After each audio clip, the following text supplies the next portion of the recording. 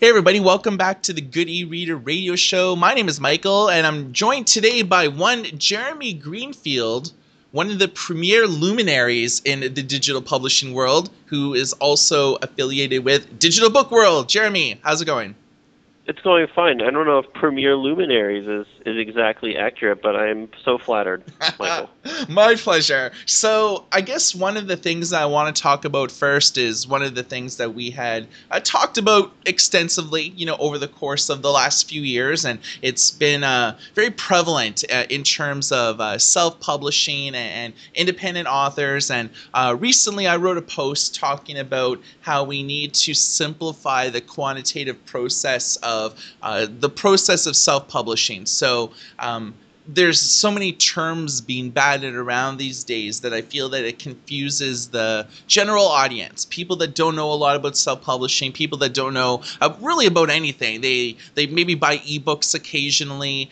Maybe they've heard of ebooks, they've heard of audiobooks, but maybe they haven't bought any, and they just want to learn more. And when you have terminology like hybrid author, self-pub, trade author, and 100 other terms, I feel that it overwhelms and confuses the general audience. So my thesis idea was to simplify it. You're a writer or you're a professional author.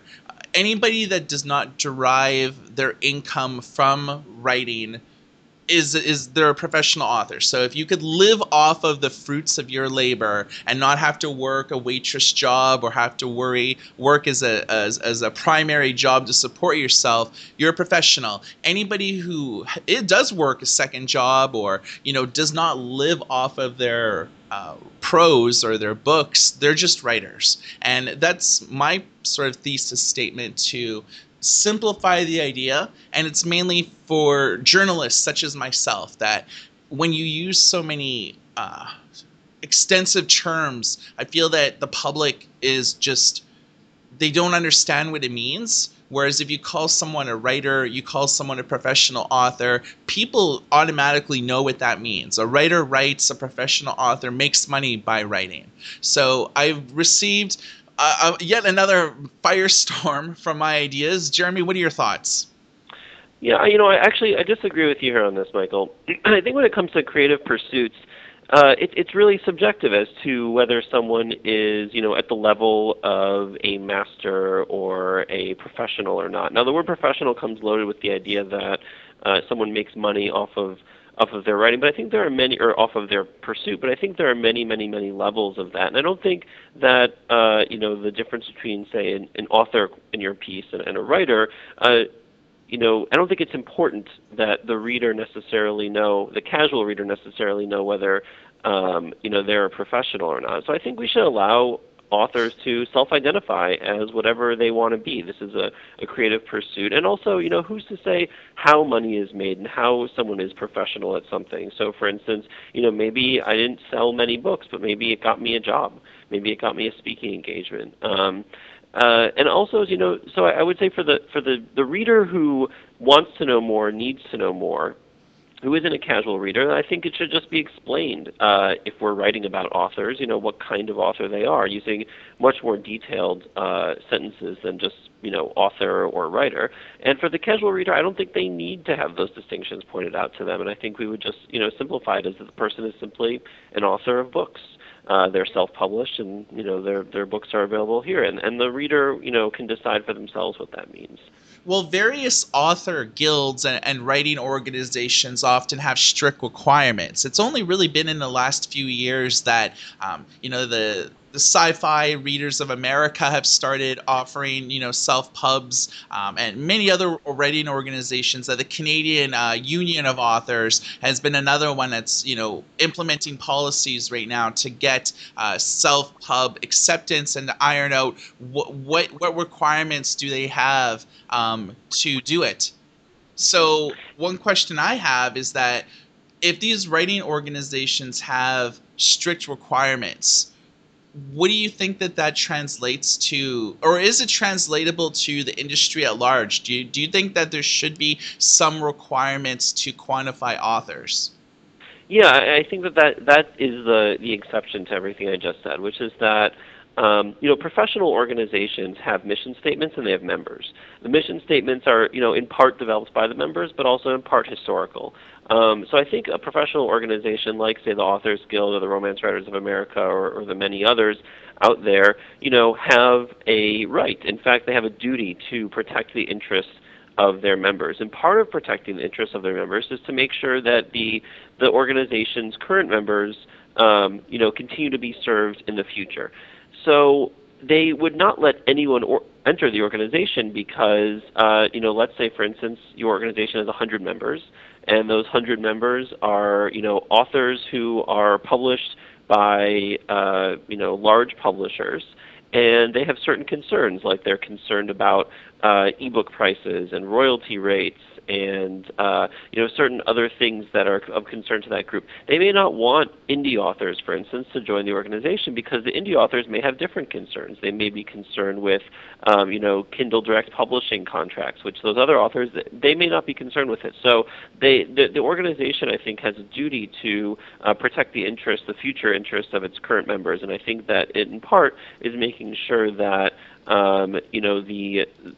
that the organization will have a membership that continues to have similar concerns as to the membership it currently has. Now, if conditions in an environment change, like the environment that the Authors Guild operates in, I think that it would have a duty to adapt to those conditions. So, but the conditions would then therefore change for the members of the organization too. And again, the constant is the members here.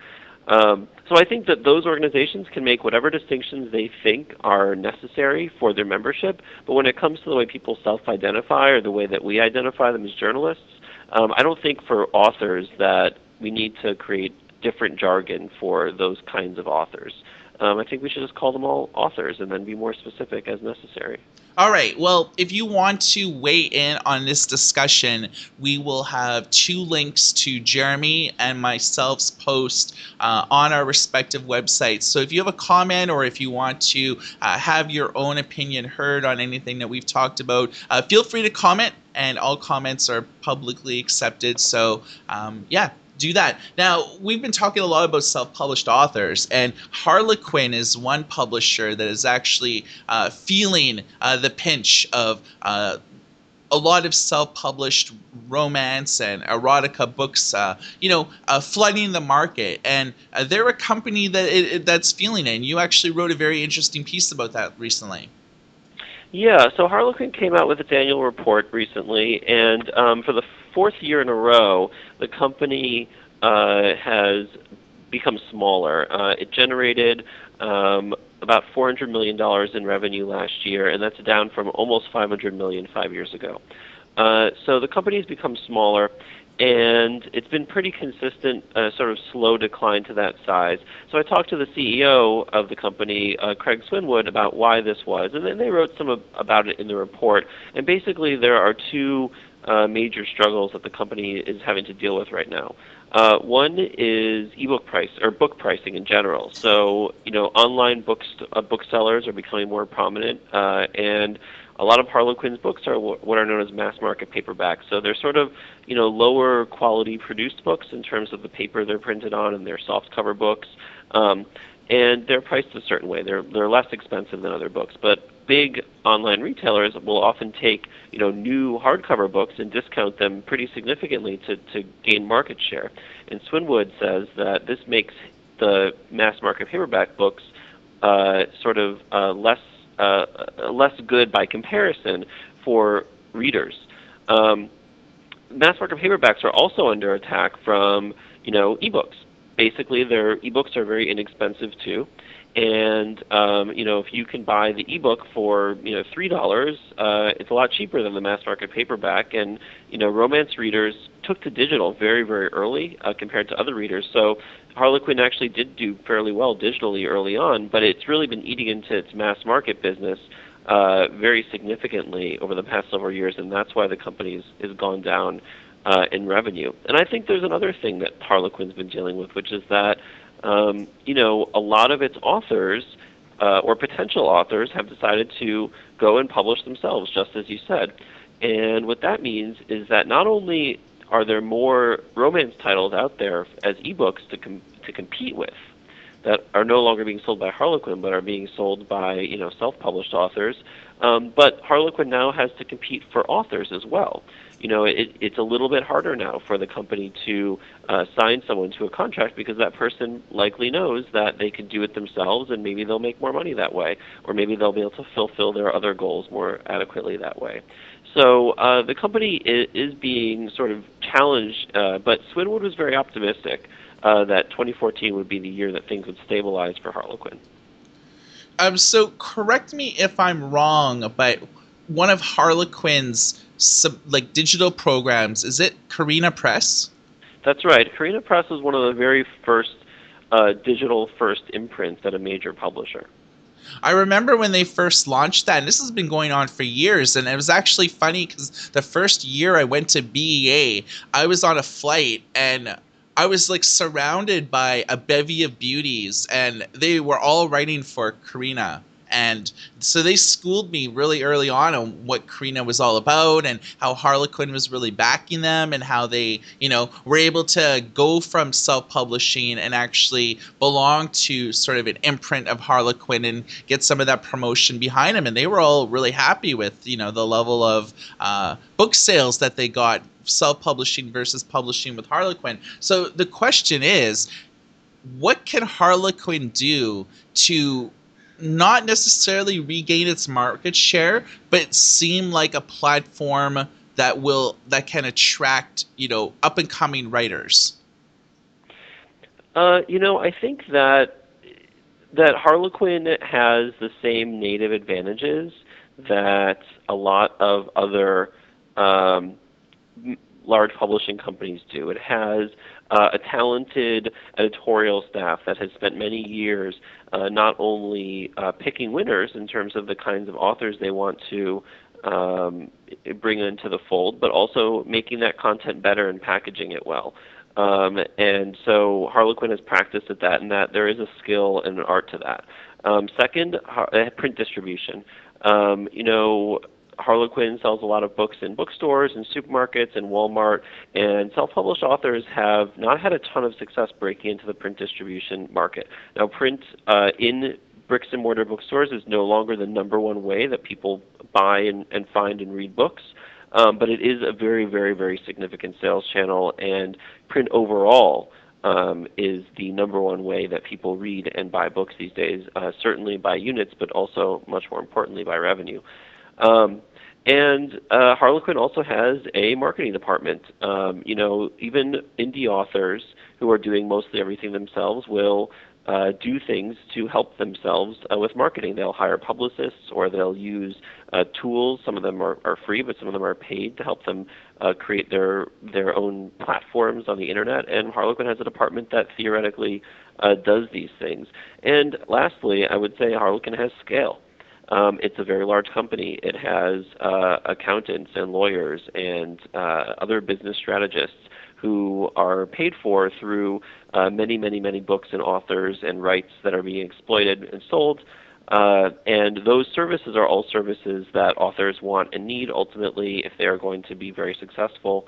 And Harlequin can, sort of amortize the value of those services across many authors and many, many projects. So scale is certainly something that is a big advantage for Harlequin. So I would say pressing those advantages. We talked to about 9,000 authors through a survey over the past few months at the end of last year to find out what they wanted and needed and how satisfied they were with the services they were getting. And authors in general are they're sort of like cable customers, or satellite dish customers. Nobody really likes the service they're getting, no matter who they're getting it from. They always have complaints. So I think that publishers and self-publishing service providers alike, there's a big opportunity for authors who are on the fence or authors who are considering one way or the other to woo those authors, to retain those authors, and to gain new ones. So, I mean, one more kind of thing I want to say about this before we wrap this up. Harlequin has been one of those companies that have been making romance books forever. I mean, I know everybody growing up, their mom read Harlequin books, some of the racy stuff, some of the more, historical romance and things like that. There was something for everybody, but it seems to have tapered off over the years, mainly because all the core writers that used to do publish through Harlequin just have different options now. Hmm. Kindle Direct Publishing, Smashwords, and things like this. But at the same time, if I was an aspiring romance author, I would rather publish through an established company rather than having to DIY the whole thing myself, because the one thing about self-publishing is that finishing the book is just the first step. You have to promote it. You have to, do an editor, cover artist. You have to become your own PR machine. I mean, there's a lot of things that are involved. I would much rather just focus on writing and have Harlequin promote the book for me. I mean, that would be the path of least resistance. Although, being a publisher, they certainly don't accept everyone. And I know that Carina Press definitely has their terms in terms of like royalties and things are not the industry leaders. So I just don't think that in itself is attracting the talent necessary. One thing I wanted to kind of talk about was Kobo and how they are in trouble, and we're seeing the same sort of trouble Kobo is in as the same sort of trouble Barnes Noble and Sony is in. And the crux of this argument, I guess, or the statement is that Kobo is being forced by the Canadian government to renegotiate their publishing contracts with the Big Five within 40 days. And if they don't renegotiate their terms within 40 days, the Canadian government will not allow Kobo to sell ebooks from those publishers. So like a Simon & Schuster, a HarperCollins, a Macmillan, if they can't iron those out in 40 days, they won't be able to sell any of those ebooks from those publishers in Canada.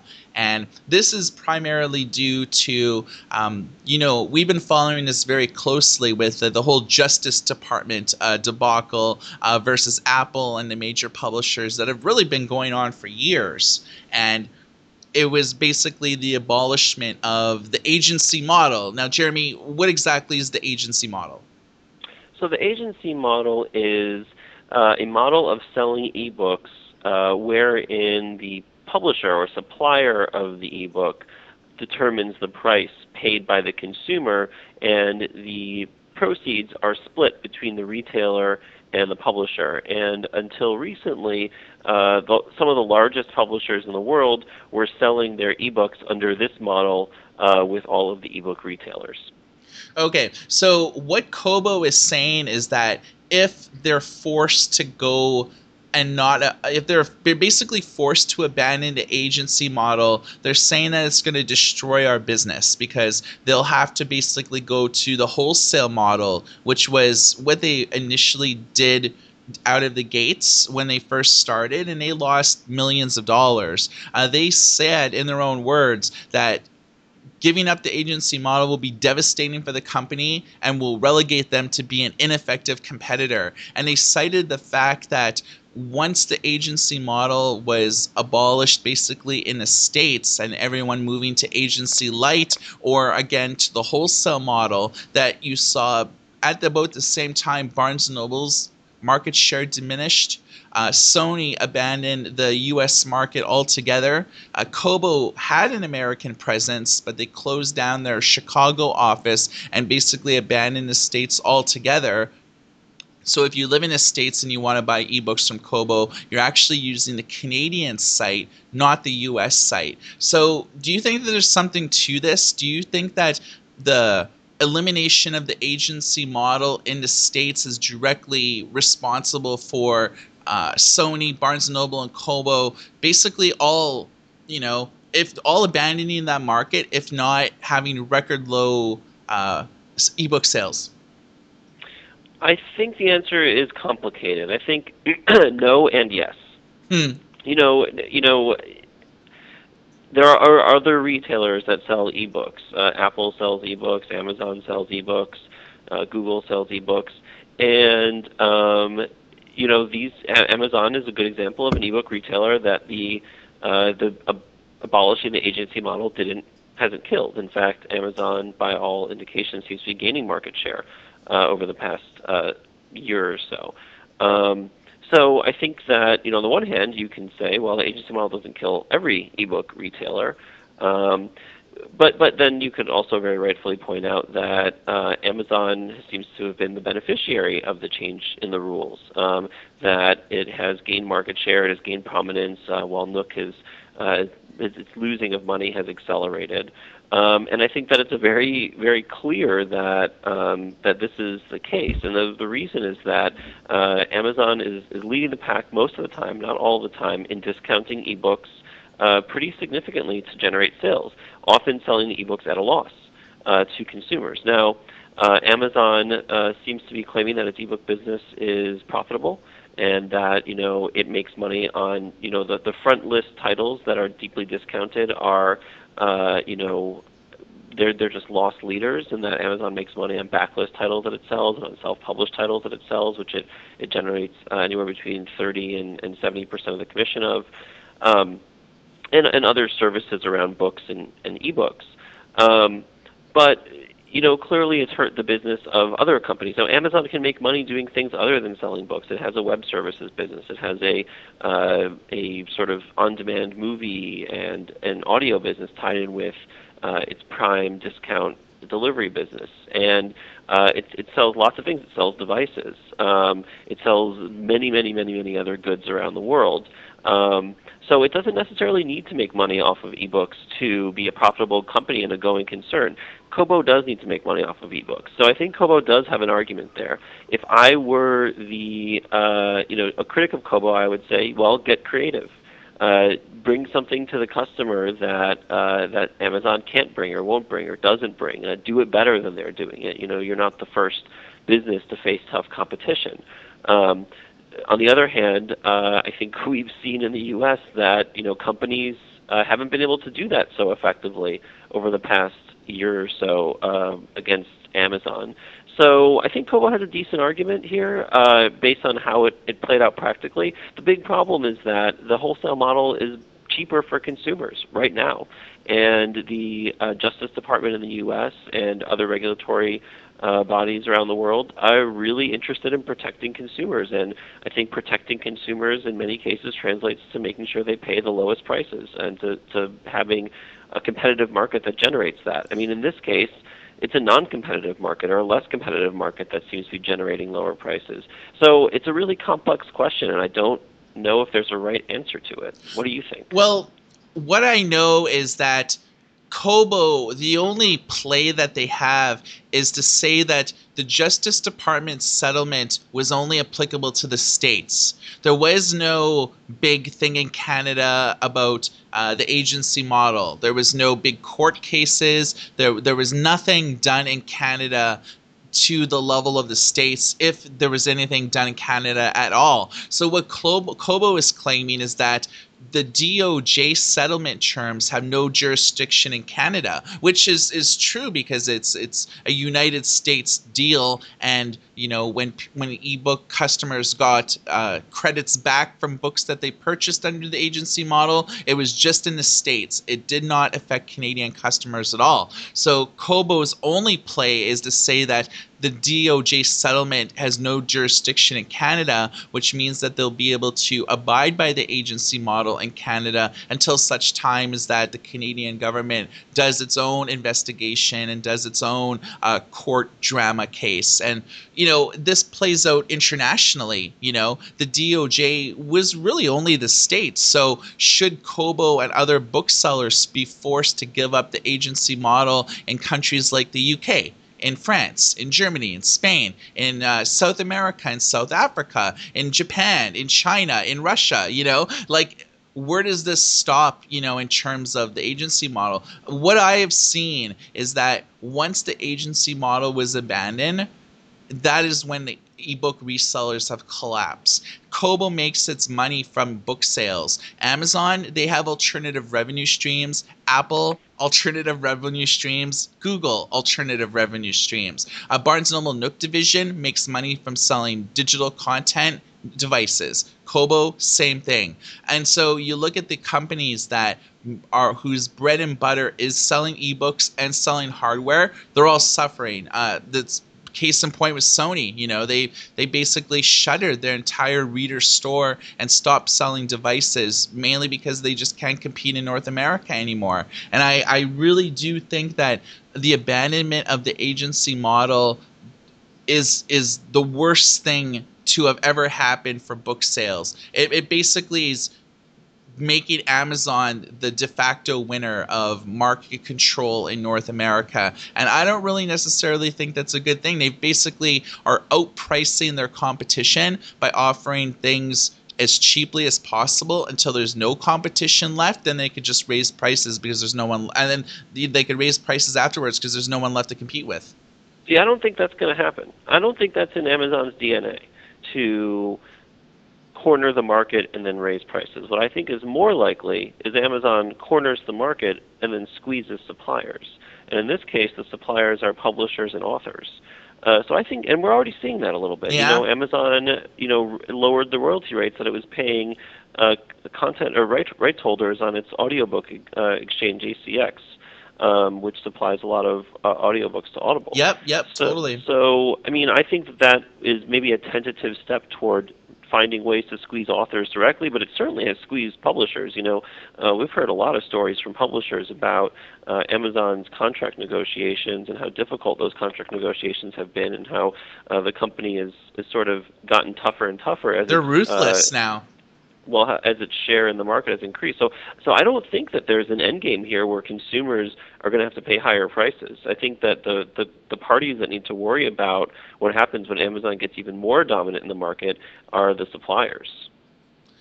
Yeah, it's sort of difficult to see how this all plays out, but we know that from reading the Amazon The Everything Store, from the author that you've actually interviewed, it really gave Amazon negotiation tactics. He really spelled them out in black and white exactly what they do, and they do exactly what you said they did. They try to squeeze. They're ruthless. They know that they're the top dogs, and they're not afraid to really negotiate the best contracts possible. So I see that more as a likelihood. But yeah, ACX royalties are lower. They've killed bounty programs. They basically dominate the audio book market right now. And if you really want to see what Amazon's end game is for ebooks, just look at what they're really doing with audiobooks right now. Well, the thing with ebooks and authors and what's happening with the audiobook market is I'm not sure there's a direct analogy there, because there really isn't too much of an alternative to ACX. Whereas with Nook, and Apple iBooks and Kobo and some of the others, there is an alternative to Amazon still. And indie authors are they are a very tight-knit community. They talk to each other, they share information, and they also are very emotional. And as we saw with your earlier post about the terms author and writer. So I think that if Amazon did change its terms in a significant way for indie authors and ebooks, I think that those authors would consider strongly abandoning Amazon, even if only temporarily, to go to some of the competition. So I wonder how it's all going to play out. But let's say in a year or two, if Nook doesn't exist, the only real significant competitor to Amazon in the U.S. is Apple. Will Amazon roll the dice and start putting the squeeze on its author suppliers? It's giving them a 70% royalty right now on ebooks published that are priced at $2.99 or above. That's a number that's got some wiggle room. What if the royalty went down to 65% or 60 or 55%? Would authors basically be in an uproar and pull their books from Amazon, even though Amazon was selling 85% of their titles? Probably not. 85% of their sales. I don't know. I don't know the answer to that question, but I think the Amazon's move isn't to squeeze customers, it's to squeeze suppliers. So if you're the Department of Justice, and on the one hand, you've got these laws to uphold about preventing monopolies and making competition in the business marketplace vibrant, and on the other hand, you've got this mandate about protecting consumers. What do you do? Consumer prices are low; they're staying low. But on the other hand, control of the marketplace is theoretically being ceded to one player. I don't know if that's going to happen necessarily, but what if it does? What do you do if you're the DOJ? Yeah, because the whole process was they don't want a single company to have monopoly. They want to have as many different players coming to the table as possible, which was really the spirit behind agency, is a level playing field of of ebook prices that were the same across all platforms. It stimulates competition, it gets more people participating in the ecosystem, and it allows, it doesn't allow one company to have an overwhelming monopoly of an entire industry. One thing you mentioned many times, Barnes and Noble recently in one of their SEC filings, they've said that they've reduced Nook funding by almost 74%.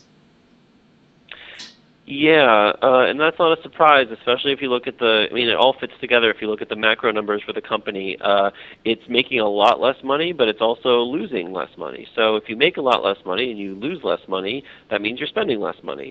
The money-losing equation for Nook is partially in device sales, because it costs money to develop, manufacture, assemble, distribute, store, sell the devices. And it's really unclear if the devices sales themselves are profitable. But based on what we know about the tablet market, they're probably not all that profitable. And then you've got the ebook sales, which we are coming to learn have become unprofitable after the wholesale model was implemented for some of the largest publishers that sell some of the most books. But another part of the money-losing equation is overhead, salary of staff, and Barnes & Noble has cut a lot of staff from the Nook division.